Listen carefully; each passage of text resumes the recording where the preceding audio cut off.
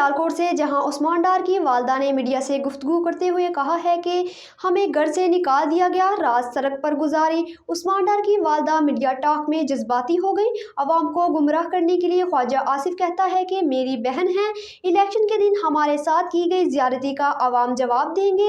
Bureau chief Sialkot Mohammad Irfan की इस report में। वजीर आजम के साबिक स्पेशल असिस्टेंट उस्मान डार की वालदा ने कौमी असम्बली के हल्का NA 71 और पंजाब असम्बली की नशिस्त PP 47 सियालकोट के लिए कागजात नामजदगी जमा करवा दिए।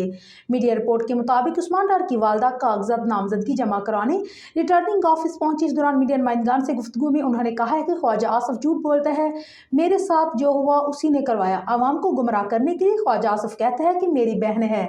जब मेरे घर पर हमला और तोड़फोड़ हुई, अगर ख्वाजा आसिफ गैरतमंद होता तो मेरे घर आता, मेरे पास आते तो माफ़ कर देती। अल्लाह को माफ़ करना पसंद है।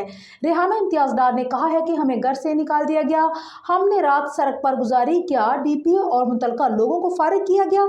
हमारे साथ जो कुछ हो रहा है उसका फ़ायदा ख्वाजा आसिफ को हो रहा है, लेकिन इलेक्शन के दिन हमारे साथ की गई ज़्यादती का आवाम जवाब देंगे।